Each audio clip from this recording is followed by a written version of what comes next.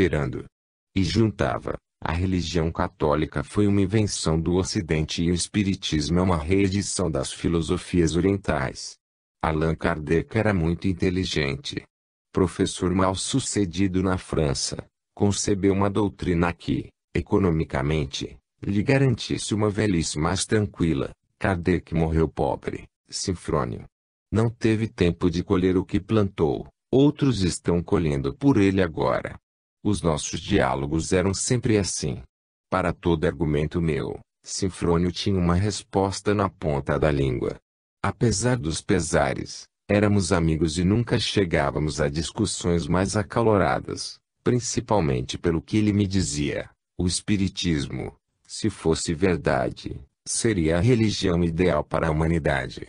Só não deixo de ser católico e passo a ser espírita, porque seria trocar nada por coisa alguma. Você é ateu, Sinfrônio? Não completamente, doutor. Acredito no Criador. As coisas que vemos não podem ser obra do acaso. Eu não creio no Deus das religiões. Para mim, Deus é o universo, com um conjunto das leis que o regem. O que morre se transforma em outro ser vivente. É assim que aceito a imortalidade.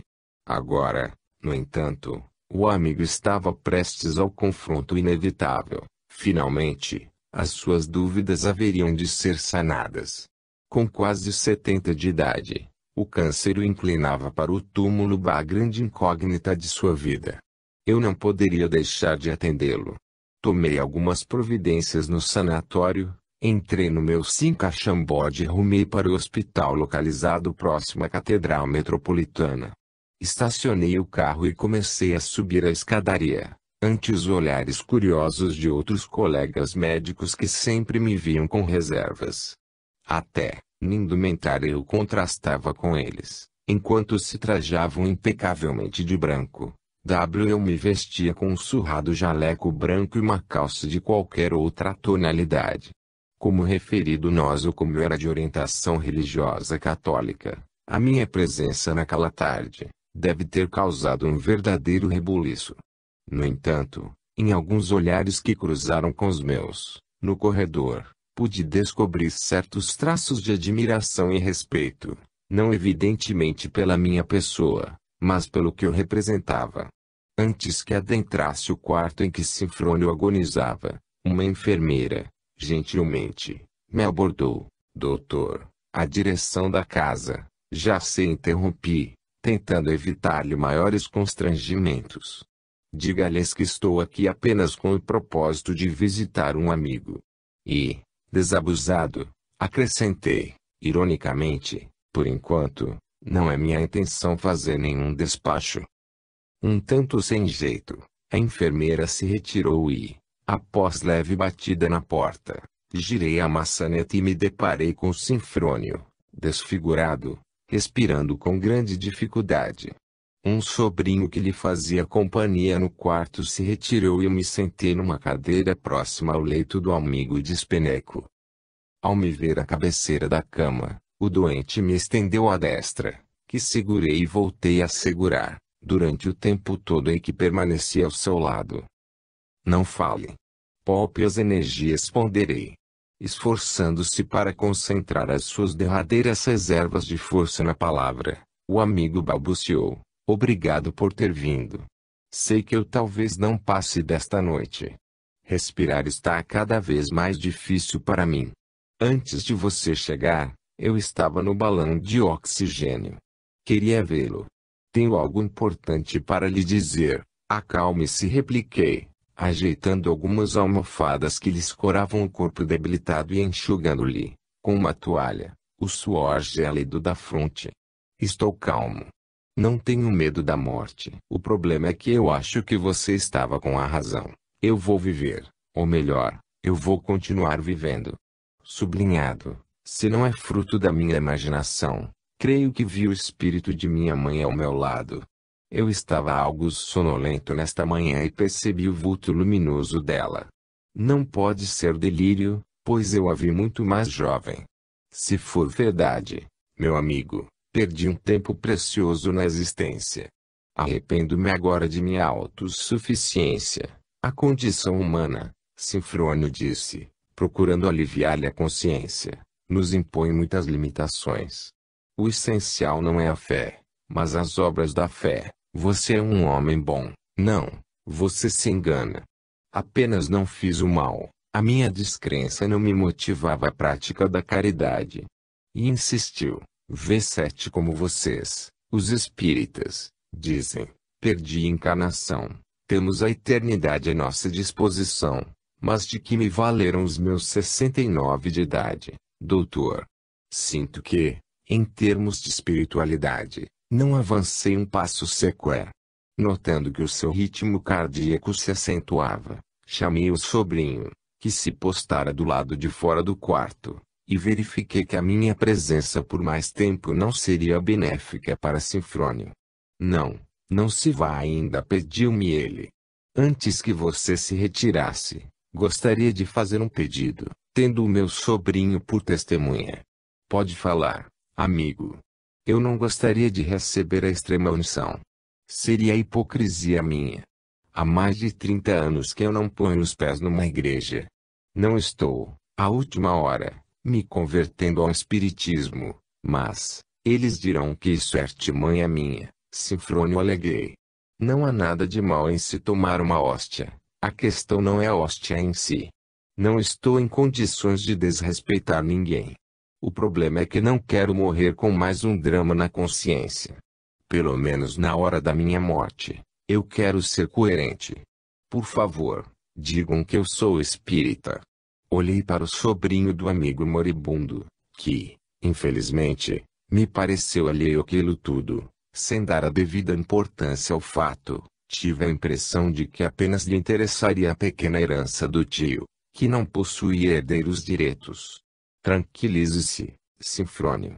Verei o que pode ser feito. Ele cerrou os olhos e, esboçando tímido sorriso, entrou definitivamente em coma. Embora não tão habituado à oração, mentalmente roguei a intercessão dos nossos maiores em favor do seu espírito, prestes a desapegar-se do envoltório físico.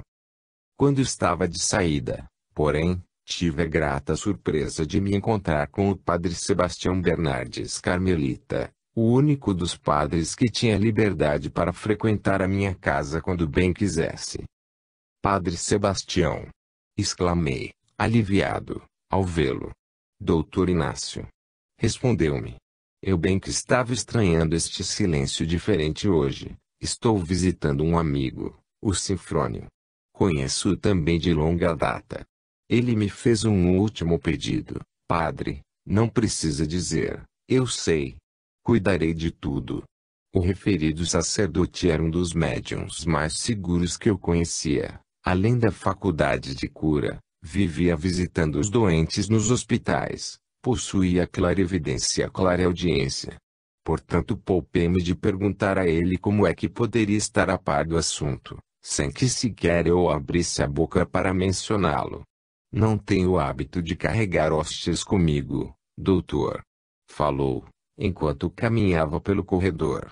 Sinfrônio, de fato, desencarnara de madrugada. Infelizmente, premido por muitos afazeres, não pude comparecer ao seu sepultamento. Sentiria falta de suas contestações, que me obrigavam a verdadeiros malabarismos intelectuais para não permitir que as suas sépticas argumentações me dobrassem ou sequer me influenciassem. Dois senhores. No outro dia, chegando ao sanatório, me deparei com uma coleção de notas a serem pagas. Estavam todas sobre a minha mesa, e aquele mês havia sido especialmente dispendioso. Conta do armazém, conta da farmácia, conta do açougue. De um lado, o prontuário dos pacientes me esperando e, de outro, as notas a serem quitadas. Olhei para um exemplar do Evangelho segundo o Espiritismo, que sempre deixava a um canto da mesa, e concluí que, de fato, Jesus tinha razão. Era extremamente difícil servir a dois senhores, a Deus e a Mamon. E, depois, além das despesas próprias, o sanatório arcava com parte da manutenção do lar espírita e do centro espírita uberabense. As doações escasseavam, Os internos gratuitos eram muitos e a arrecadação havia caído. Como sempre, eu teria que me virar, lançando mão de um fundo de reserva pessoal, para que não ficássemos na insolvência. Repleto de projetos doutrinários na cabeça, sentia-me constrangido ao pegar na caneta para tentar colocar em dia a contabilidade. Decididamente, não era fácil conciliar as coisas. Ainda bem pensava que, na acepção da palavra, eu não era médium e, de certa forma, me considerava desobrigado de uma sintonia contínua com o além.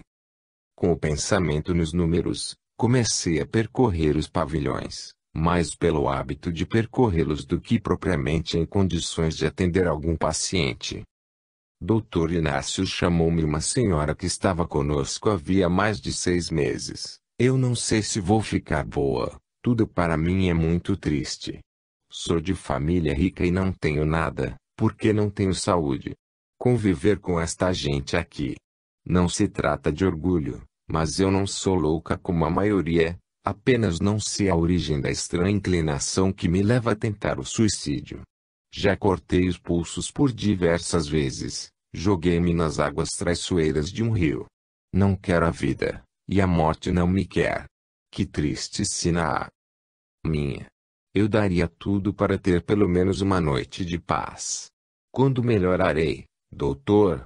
Será que existe solução para o meu caso? Andei um pouco mais e uma jovem de formosos traços veio ao meu encontro, catatônica. Doutor, disse-me, caminhando sob o efeito de pesados medicamentos a minha família virá me buscar hoje. Quero ver o meu filho. Dizem que eu abortei, mas não é verdade. É mentira. Tenho inimigos aqui dentro que tramam contra mim. Eu quero o meu homem. Não sou lésbica, por favor, troque-me de quarto, que não aguento mais dormir ao lado daquela mulher fedida. O senhor precisa saber o que acontece aqui durante a noite. Homens nus invadem o meu quarto e fazem sexo comigo. Eu não consigo reagir, eles me hipnotizam. Um deles vende batina e tudo para mim. Trata-se de um sacerdote por quem me apaixonei na adolescência. Ele apareceu morto. É tudo mentira. Tomaram-me de mim. Adiante, abrindo caminho entre as internas que me interceptavam, cheguei à presença de uma mulher que, outrora, vivera, em Uberaba, na zona do Meretrício. Vítima do mal de Parkinson, falou-me com extrema dificuldade. Doutor, eu queria agradecer. Perto do inferno em que estive durante muitos anos, isto aqui é o céu. Rejeitada pela família, Teresa não tinha para onde ir. A rigor, não se tratava de uma paciente psiquiátrica, mas... o que fazer? O sanatório era também um albergue das almas que haviam desiludido a si mesmas. De certa maneira, Teresa era o meu refrigério. Quando a cabeça fervia, eu puxava uma cadeira e me deixava ficar ao seu lado, exercitando-me, por longos minutos, em escutar a voz do silêncio. O mundo lá fora, o mundo das contas a serem pagas, era completamente outro. Impressionante a riqueza espiritual dos meus pacientes, terras inóspitas a serem colonizadas por Jesus Cristo. O mundo inteiro, com todo o seu ouro, não valia um só daqueles internos misérrimos, de razão eclipsada. Infelizmente, a medicina, no campo da psiquiatria, estava tomando um rumo equivocado, mais remédios e menos observação. Os especialistas se insensibilizavam, perdendo a prodigiosa oportunidade de se encontrarem com Deus, auscultando a loucura dos homens. Da ala feminina, passei ao pavilhão masculino. Doutor, abordou-me um homem contando mais de 40 de idade. Eu já matei 3. Estou ouvindo dizer que o espírito sobrevive à morte do corpo e, se assim é, não concluí ainda minha vingança. Aqueles 3 safados me lesaram, o ódio me enlouquece. Não me roubaram apenas a fazenda, inocularam veneno na minha alma. Quero também morrer para reencontrá-los. Esganarei um a um com as próprias mãos. Desenterrei os seus ossos e os mastigava. Por este motivo, doutor, me trouxeram para cá. Dei emprego àqueles 3 e eles me tomaram tudo. Envenenei-os, esfaqueei-os. De fato, aquele senhor, transferido pela influência de um político, seu amigo, de uma penitenciária para o sanatório, segundo diziam, havia matado 3 pessoas em sua cidade. Tendo sido preso, quando escapou, depois de alguns meses de reclusão, foi para o cemitério e os desenterrou, passando a morder os ossos de seus cadáveres. Estava completamente alucinado. Doutor prosseguia, eu os matei e quero matá-los de novo. Eles estão com a minha alma, doutor. Sou propriedade deles. Embebedaram-me certa noite e me fizeram assinar um documento, como se eu lhes tivesse vendido as terras que me tocaram por herança de meu pai. Deixe-me sair daqui. Perseguirei as sombras deles até os confins do universo. Perdoemos, amigo, murmurei, antevendo o drama que, com certeza, se arrastaria por séculos. Gosto do Senhor, mas não me fale em perdão. Depois de me roubarem e de me terem transformado num criminoso, eu é que ainda tenho de perdoar-lhes. Quem é que deve a quem? Um rapaz que passava o dia e a noite delirando aproximou-se de mim, com timidez de mim que nunca soube o que em mim os atraía de maneira tão obsessiva. Quero cigarro, doutor. Cigarro de maconha. Se não fumar maconha, eu enlouqueço. Eu tenho um pé de maconha plantado no quintal da casa da minha avó. Entre os seus dedos amarelados de tanto fumar, mais amarelados do que os meus, 2 cigarros estavam acesos e, ao mesmo tempo, ele os levava à boca. Cigarro de nicotina não presta. Eu quero é fumar maconha, pedia compulsivamente. Tenha paciência, eu dizia. Mandei plantar um pé de maconha o quê? Mas ainda não cresceu. Dentro de alguns dias, nós 2 vamos ter maconha à vontade. O rapaz sorria e se acalmava por instantes, imaginando ter encontrado em mim um parceiro ilustre para o vício. Mas, como todos os meus pacientes, ele tinha sua história triste. A irmã mais velha, que o tomara sob a sua responsabilidade, explicou-me que, quando criança, ele e a mãe apanhavam juntos do pai, um homem violento, que, de tanto espancar a esposa na cabeça, lhe provocou a ruptura de um aneurisma seguido de óbito. Aquele era o meu mundo, o mundo das mentes enfermas no corpo e fora dele. Vez por outra, eu me punha a imaginar como haveria de ser o cenário espiritual por detrás de todos aqueles dramas. Sem a reencarnação, repito, não dava para entender Deus. Aquelas almas mutiladas me induziam a constantes reflexões e, longe de me induzirem à descrença, me fortaleciam a convicção na justiça divina. Tudo se encadeava com uma lógica impressionante. Ante a matéria descartável, o espírito não interrompia sua jornada ascensional. Porque, numa ninhada de gatos, alguns nasciam sádios e outros não. Porque, das flores do jardim, algumas se abriam lindas ao sol e outras despencavam em botão. Porque crianças lindas morriam em tenra idade e vidas aparentemente inúteis se prolongavam indefinidamente. A reencarnação é a mais sábia e a mais justa das leis. Sem a tese das vidas sucessivas, a existência de um inseto careceria de significado. Depois de ter feito a minha ronda médica, da qual lhes forneci simplesmente um resumo, voltei para o meu gabinete, que eu nunca soube definir ser um consultório ou um escritório. Chamei o auxiliar e ordenei: pague ao açougue e ao armazém e peça para a farmácia esperar. Não adianta remédio com barriga vazia. Doutor, mas já é o 2º mês com a farmácia e precisamos fazer um novo pedido, argumentou o funcionário encarregado das compras. Se os doentes morrerem de fome, eles não terão mais para quem vender remédio. Isto aqui é uma mina para os farmacêuticos, respondi, grosseiro, como só eu conseguia ser quando me fartava. Vamos dar mais água fluidificada para os doentes e menos medicamentos. Afinal, isto aqui é um hospital espírita ou o quê? Temos feito a nossa parte, blasfemei, espiando para ver se Dé Modesta não estava por perto. Os espíritos terão que fazer a deles. Quarta-feira havia chegado e, à noite, teríamos a nossa sessão mediúnica. De quando em quando, o Dr. Bezerra de Menezes, com o intuito de amenizar as nossas lutas, concedia-nos a alegria de sua presença espiritual através da psicofonia de Dé Modesta. Bons e inesquecíveis momentos de intercâmbio com a espiritualidade. Confesso-lhes que é uma das poucas coisas das quais eu verdadeiramente sinto saudades na vida que deixei. Naquela noite, em particular, o Dr. Bezerra, após preciosa locução doutrinária, dirigindo-se a mim, deu-me discreto puxão de orelhas que ninguém mais entendeu. Inácio, estamos aqui, fazendo a nossa parte. Não estamos omissos quanto aos nossos deveres junto aos irmãos de ideal. Apenas, em desencarnando, perdemos completamente a noção do valor do dinheiro. O noivo desencarnado.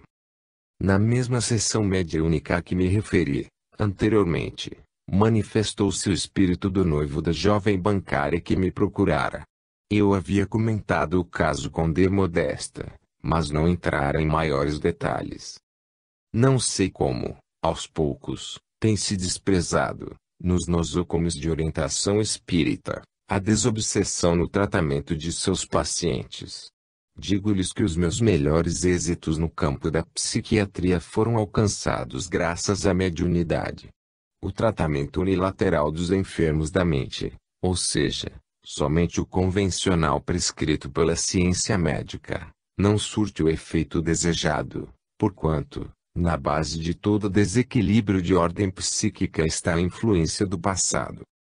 No sanatório, com o seguro concurso de D. Modesta, eu quase nada fazia, em relação aos internos mais graves, sem auscultar o mundo espiritual.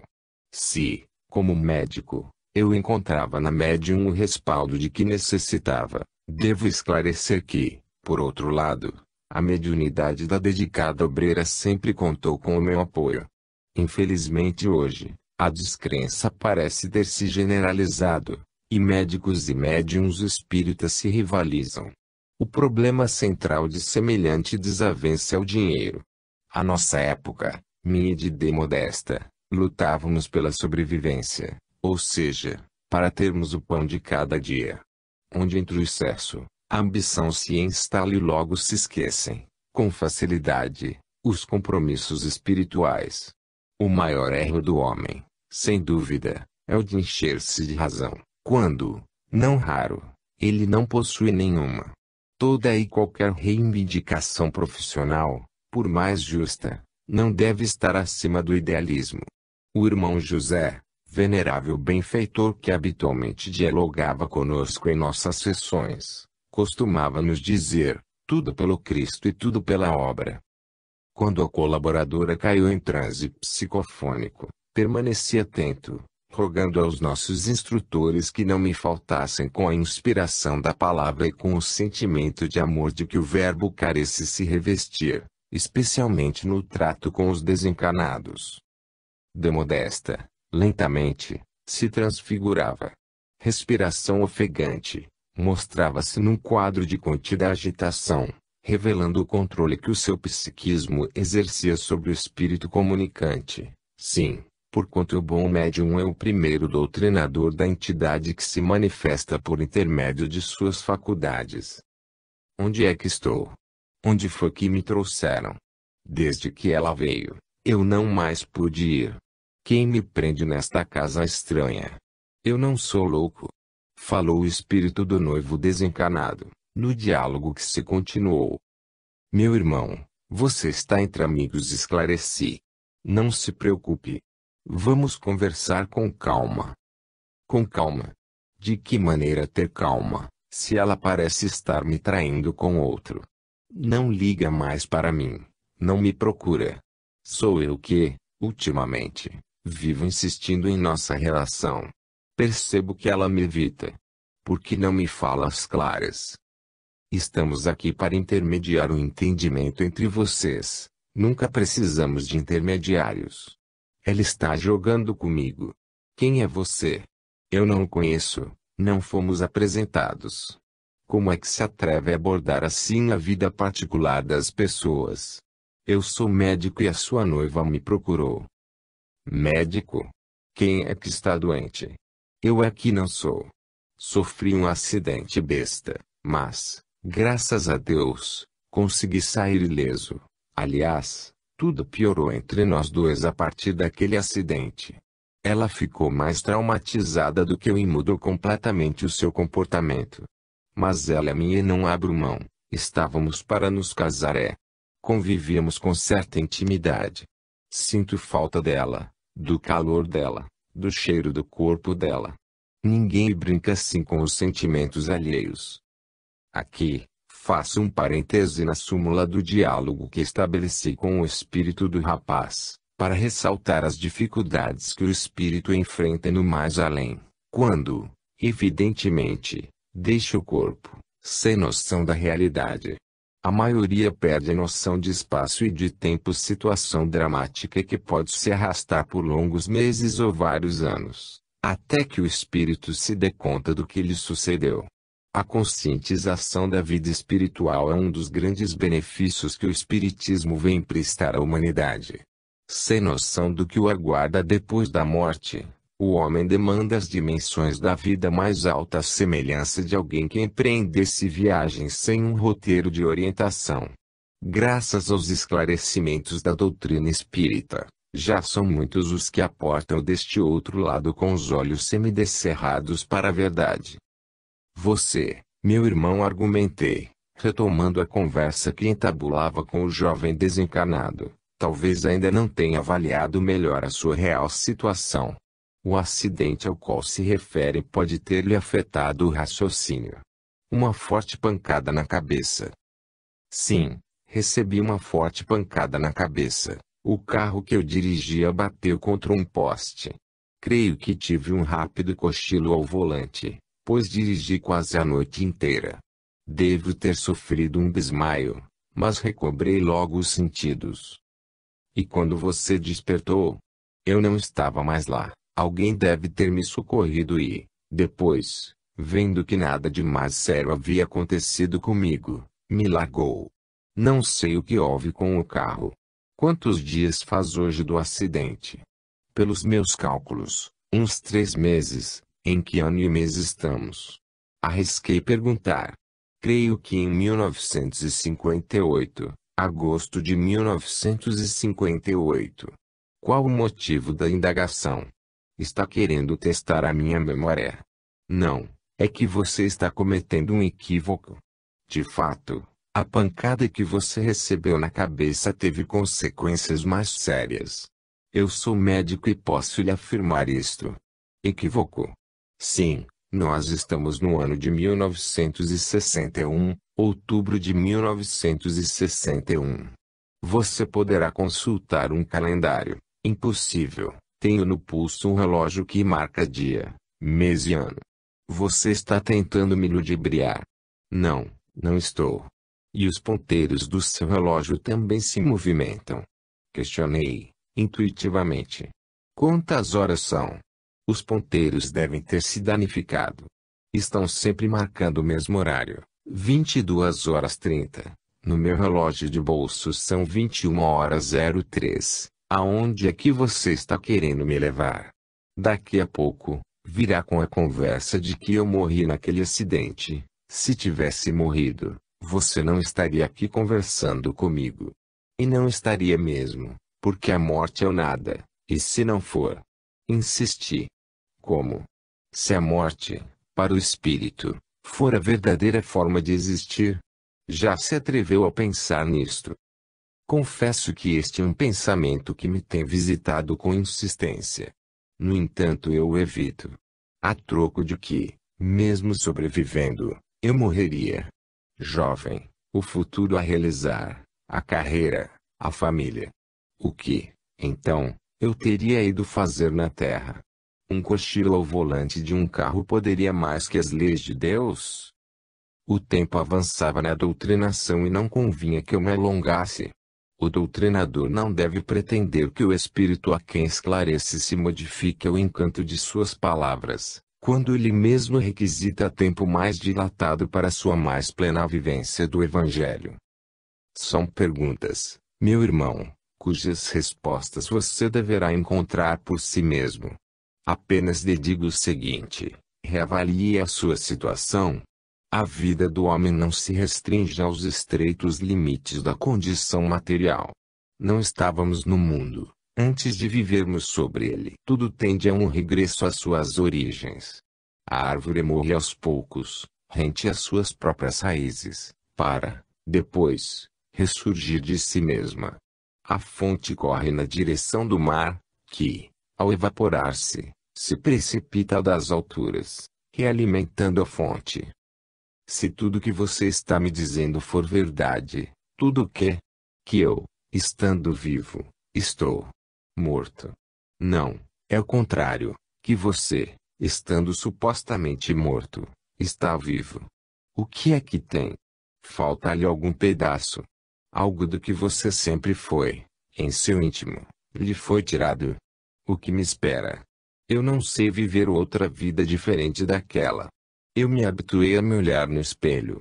Não tenho nenhum ponto de referência, a não ser ela a noiva, aquela com quem eu ia me casar. Meu irmão, inconscientemente, você começa a saber. Expressou-se bem quando disse, a noiva, aquela com quem eu ia me casar. E com acento agudo o rapaz silenciou e lágrimas rolaram pelas faces de Dé Modesta. Vá com calma, recomendei.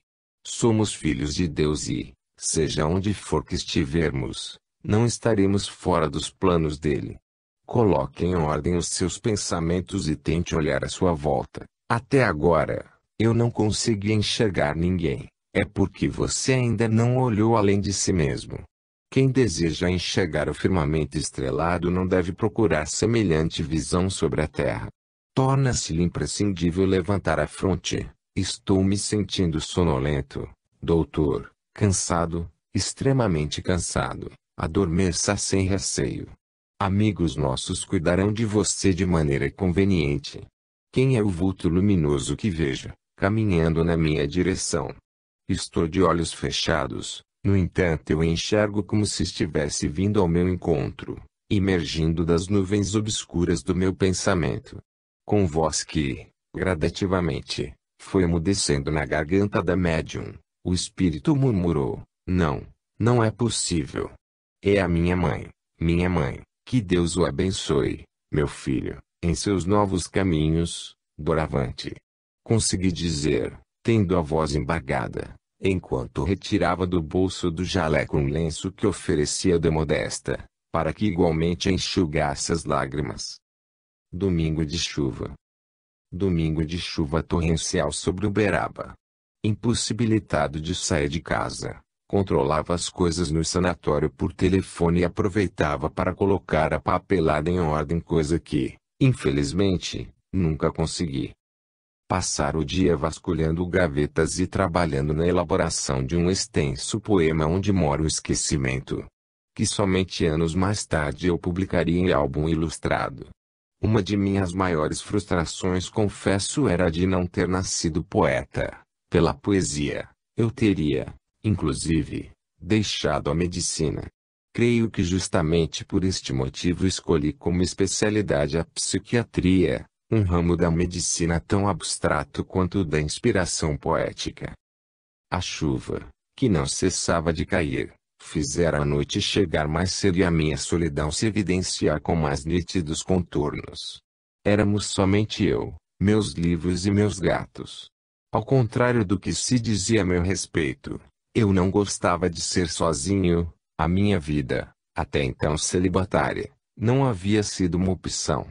O problema é que eu nunca encontrei a alma afim da minha vida, a parte que me completasse, principalmente na área do pensamento e na esfera do ideal.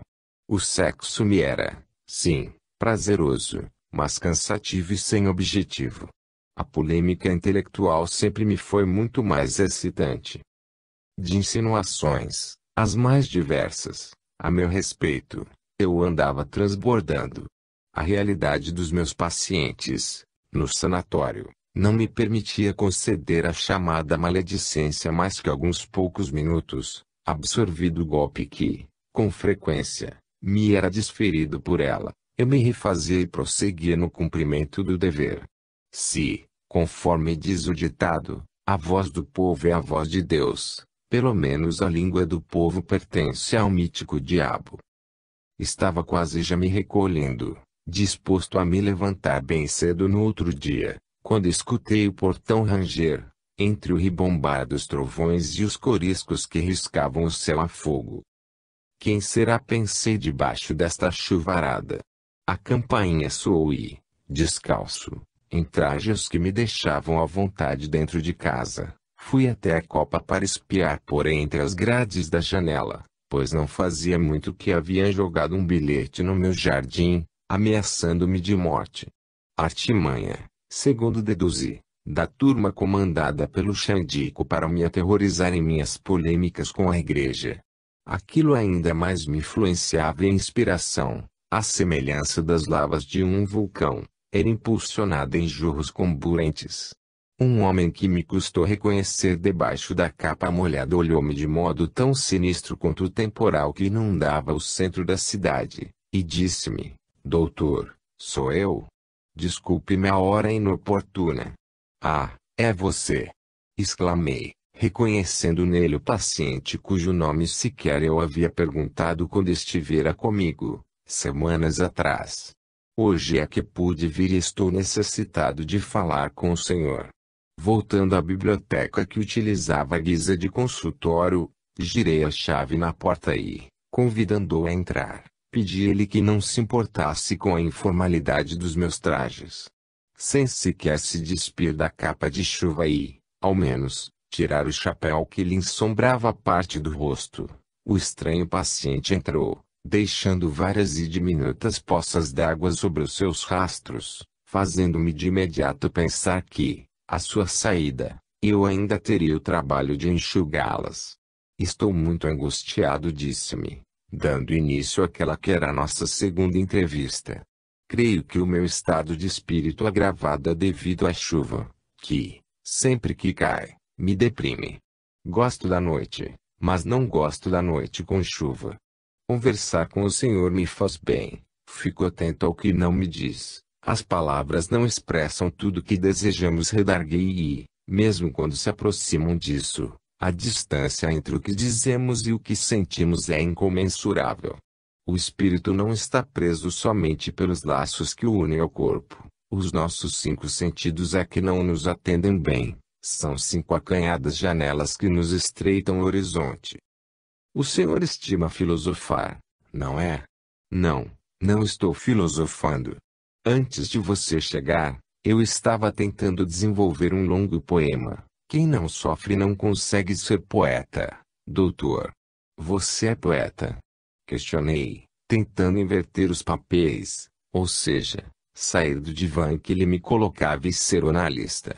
Já fiz os meus versos, e qual o motivo de não mais fazê-los? Falta de inspiração, ou melhor, descrença. Muitos dos melhores poetas do nosso idioma eram sépticos. Antero de Quental, por exemplo. Raimundo Correia, Augusto dos Anjos. Augusto dos Anjos era médico, não?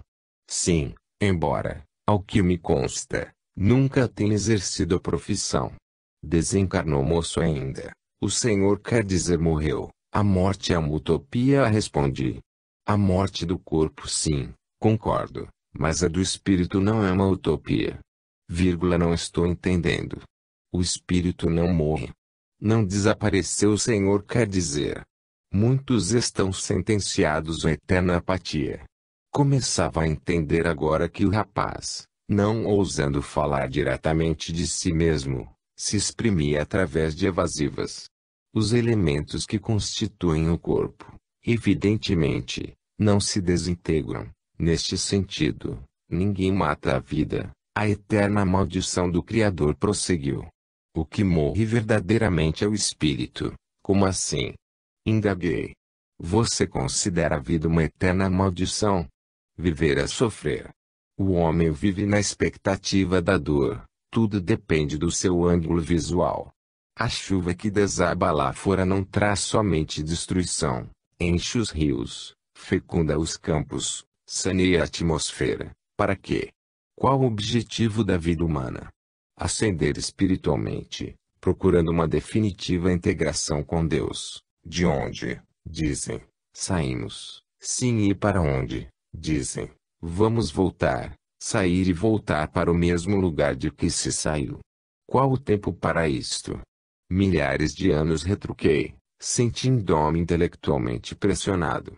Não parece ao Senhor um contrassenso gastar milhares de anos a fim de voltar para onde se estava? Você está raciocinando como quem já possui acesso a toda a verdade.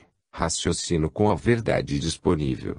A verdade atualmente disponível é uma caricatura, rebati, na esperança de que argumentos não me faltassem. Então, percebendo que o rapaz se colocara momentaneamente na defensiva, continuei. Existir sem consciência de que se existe seria o mesmo que não existir. Em nossa odisseia evolutiva, estamos adquirindo lucidez, e o que virá depois? Não sei. Você sabe? Imagino. Imaginar não é raciocinar com a verdade. O senhor é ardiloso. Acusou-me com enfado. Nem tanto. Sou apenas, digamos, um defensor da fé. O mundo sem fé seria o mundo real, engano seu. O mundo sem fé não seria o caos. O que, por exemplo, você faria se visse alguém, nesta noite, ser arrastado pela enxurrada, prestes a afogar-se? Não pense para responder, insisti, antes que o meu paciente tivesse tempo para um novo sofisma. Quero a sua primeira resposta. O que você faria? Modifiquei um pouco a pergunta, apelando para o emocional. Se um filho seu estivesse sendo levado, nesta noite, pela fúria das águas, o meu impulso seria o de salvá-lo, mas, desconsidere o mas. Isto é amor, e ninguém explica o amor. Existe dentro de nós algo que transcende algo, com certeza, maior que o próprio universo. Esse algo, por si só, justifica a vida. O amor compensa todo e qualquer sacrifício. Pergunte isto a um coração de mãe. Eu não conheço o sentimento ao qual o Senhor está se referindo. Não conhecemos tantas pessoas que existem no mundo que, no entanto, apesar do nosso desconhecimento sobre elas, continuam existindo. O homem levantou-se da poltrona e, desta vez, sem sequer o dinheiro da consulta nem que fosse para desaparecer, caminhou na direção da porta de saída. O senhor deve se sentir um deus, não é? Questionou com ironia, já tendo a porta entreaberta. Por quê? Devolvi-lhe o ponto de interrogação. As pessoas estão sempre vindo ao Senhor. Aprendo mais com elas do que elas comigo. A nossa conversa, nesta noite de chuva, me ilustrou muito. Você me trouxe notícias de um mundo diferente. Talvez Deus tenha nos criado, meu filho, para enxergar o mundo com os nossos olhos. Então, Deus é cego? Digamos apenas que ele não tivesse espelho para se olhar. Eu não gosto de espelhos, disse, ganhando alpendre e preparando-se para enfrentar o aguaceiro. A propósito, qual é o seu nome? Indaguei, curioso. O meu nome não importa muito. Sei que nomes não passam de rótulos, mas tudo neste mundo tem um sinal de identificação. O meu é Inácio, e eu gostaria de saber o seu. Olhando-me, significativamente, com os seus olhos encovados e sombrios, declinou, Legião. O meu nome também é Legião. No velório. A resposta do paciente que saíra de minha casa sob o medonho temporal que o desabava, me provocara, confesso, um frio na espinha. Legião. O meu nome também é Legião, dissera-me ele, sem sequer me dar tempo para qualquer alusão ao nome com que se identificara. Recordei-me, de imediato, do encontro de Jesus com o possesso de Gadara, o homem vampirizado por muitos espíritos que moravam num cemitério. Assim se lê nos evangelhos de Mateus, Marcos e Lucas. Como existe gente louca neste mundo? Pensei, em voz alta, querendo afastar da cabeça certa intuição que me ocorria a propósito daquele estranho visitante.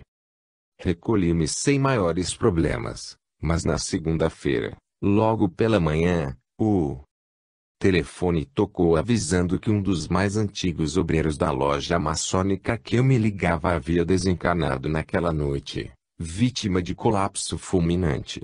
Entrei em contato com o sanatório e avisei que chegaria um pouco mais tarde.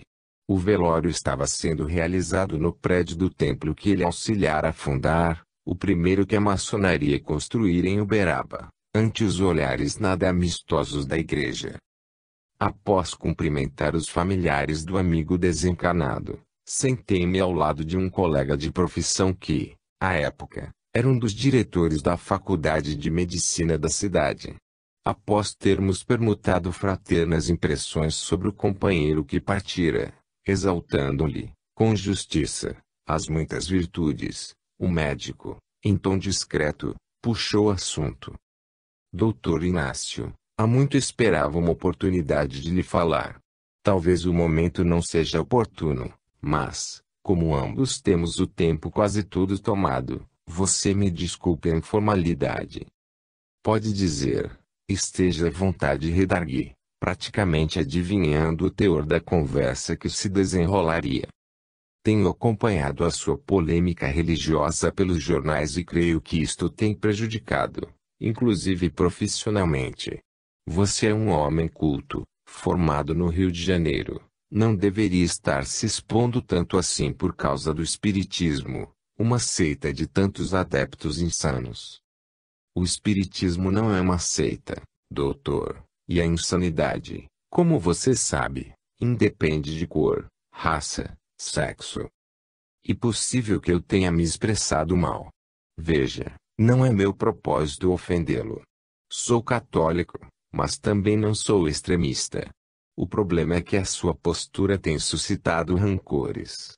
A minha esposa me fornece notícias do que se diz de você nos bastidores. A igreja o considera como seu principal adversário em Uberaba. Não fica bem. Você poderia ter o seu consultório mais bem frequentado. A rigor, não temos um psiquiatra do seu gabarito. Estou habituado ao que dizem de mim. Por vezes, nem os próprios irmãos de ideal me compreendem. Eu tenho o hábito de falar às claras, não às escondidas. Infelizmente, não sei contemporizar. O espiritismo não ataca, o espiritismo se defende. Não mandamos ninguém para a fogueira, não perseguimos e não pregamos contra a religião alguma. Não vale a pena, Inácio, concordo, não vale. Todos os nossos interesses mesquinhos vão parar num caixão, emendei, apontando para o defunto à nossa frente. Não posso viver em desacordo com a minha consciência. Os espíritas têm lutado muito no campo da caridade. Esta, ao meu ver, é a única parte boa que conheço. É inegável a obra assistencial de vocês. Então, não fazemos parte de uma doutrina constituída apenas de insanos. Penso que Jesus, há quase 2000 anos, trajando uma túnica rota, rústicas sandálias e cabelos revoltos ao vento, acompanhado por um séquito de doentes e mendigos, seria a imagem clássica de um agitador do povo e de um louco, descrito em nossos compêndios, não é?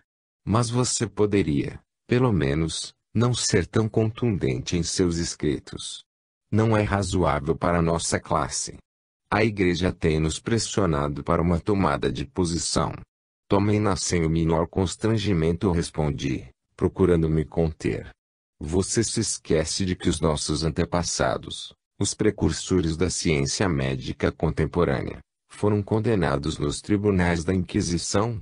Hoje, o interesse da igreja pelos médicos é a pura conveniência. Aliás, você me perdoe, é conveniente para ambos os lados. A igreja, em determinado período de sua história, se equivocou, disse ele, como desculpa. E continua equivocada. Não podemos cercear a liberdade de pensar o direito mais sagrado do homem. De quem quer que seja. Você, que conhece o Evangelho, Inácio, Sabe que Cristo nos recomendou que deixássemos os mortos enterrar os seus mortos. A mediunidade não seria uma profanação do mundo espiritual? Insistiu ainda. O sentido das palavras do Cristo não é este. Depois, não somos nós, os supostamente vivos, que chamamos os considerados mortos para que entrem em contato conosco. Somente com a existência de médiuns não teríamos mediunidade. Os espíritos é que têm insistido conosco no intercâmbio entre as duas diferentes dimensões da vida. Eles, os espíritos, é que são responsáveis por existirem médiuns. A Igreja está alicerçada nos fenômenos mediúnicos que ela teima em abominar. Seja como for, o conflito religioso apenas concorre para a fragilidade da fé. A que fé, meu amigo, você se refere? Não confundamos crença com fanatismo. Jesus afirmou que não vinha trazer a paz, mas a divisão. A verdade, que se opõe às ambições, não pode, de certa forma, deixar de ser agressiva por aqueles que se sentem combatidos por ela. Façamos, no entanto, esforço para uma trégua.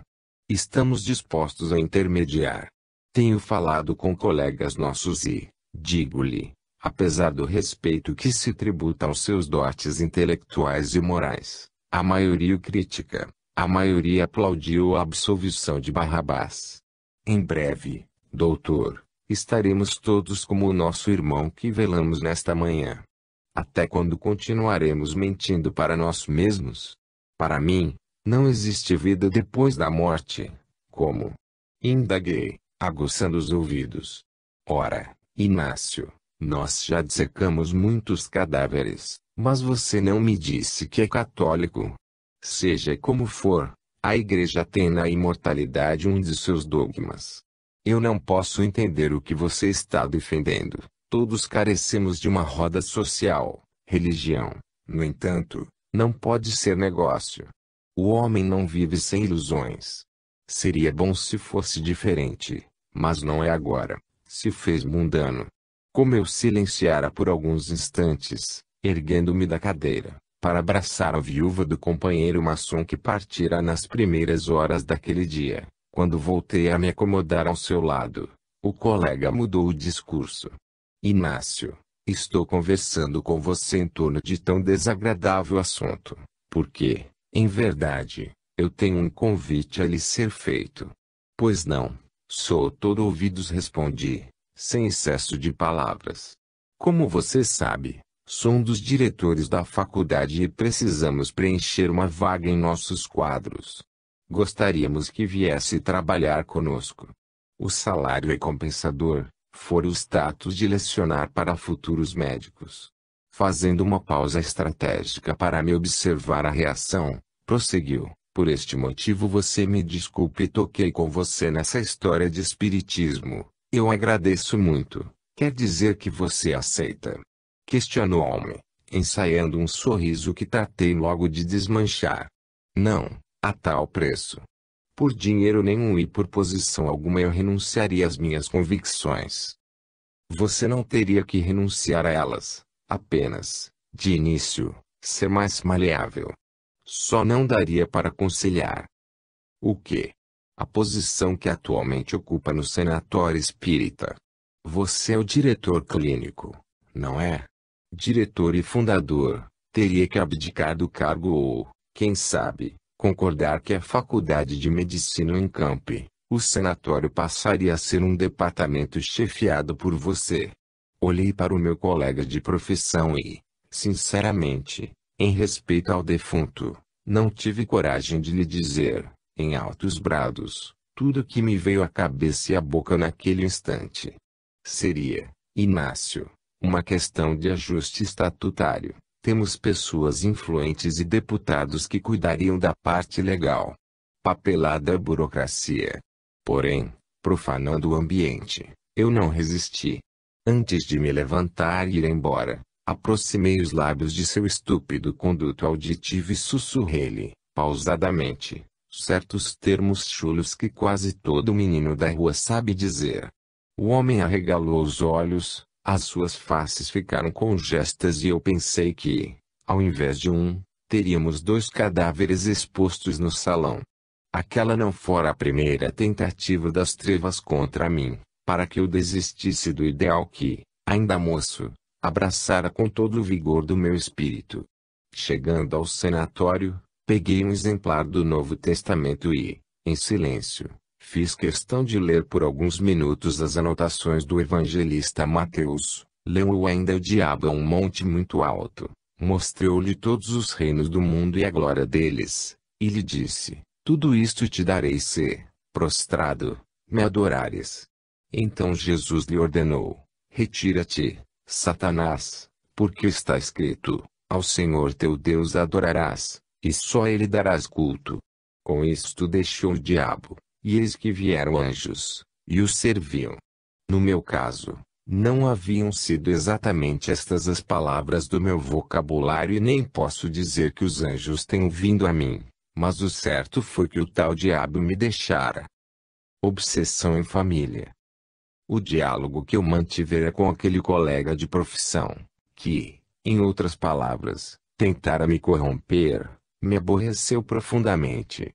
Considerara os termos de sua proposta uma ofensa e creio mesmo que ele estivesse a serviço da igreja. Não era do meu feitio uma reação, digamos, tão extemporânea quanto aquela, mas, entre ter um colapso e ter dito o que lhe dissera aos ouvidos, é óbvio que fiquei com a segunda opção.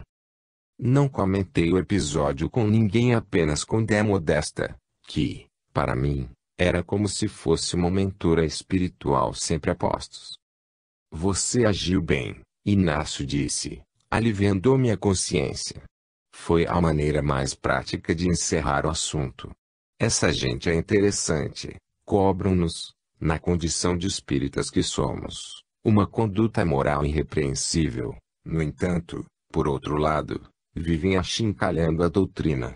Ora, se consideram o espiritismo capaz de promover conosco a reforma íntima, por que não o abraçam na excelência de seus postulados? Mas eu xinguei o homem. Modesta, ele pensou que você fosse um Judas.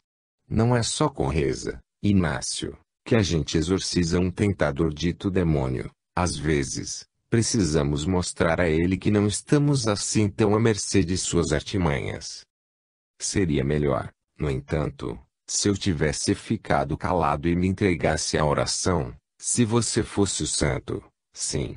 Sorri e, de espírito mais aliviado, retomei as atividades do dia. Logo, um dos nossos funcionários veio me avisar que alguém me chamava com insistência ao telefone.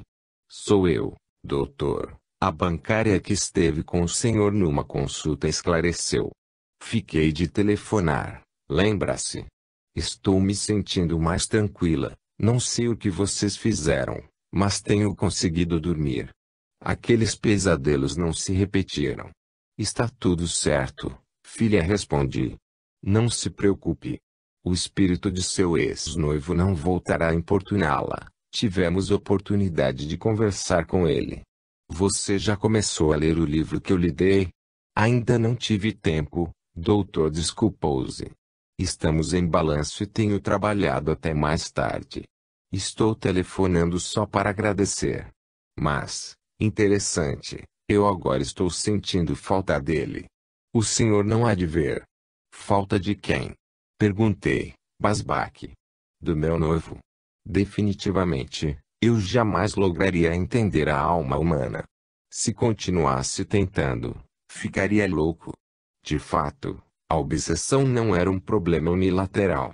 Aquela jovem, compreenda quem puder, não queria e, ao mesmo tempo, queria a presença do noivo desencarnado com o qual, inclusive, chegara a manter intimidades sexuais durante o sono. Então, fiquei na expectativa de que, agora, ela me pedisse que providenciasse a volta do parceiro de seus sonhos eróticos, quando, para meu alívio, me disse: há uma semana atrás, conheci um viúvo, cliente da nossa casa bancária. No próximo sábado, iremos jantar juntos. Estou esperançosa, sabe? Ele não tem a aparência física do Ricardo, mas Querendo encurtar o assunto e cuidar dos pacientes à minha espera, recomendei: não deixe de, pelo menos, correr os olhos pelo livro que eu lhe dei. O Livro dos Espíritos é uma obra formidável. Lerei, doutor. Assim que me sobrar um tempinho, eu o lerei.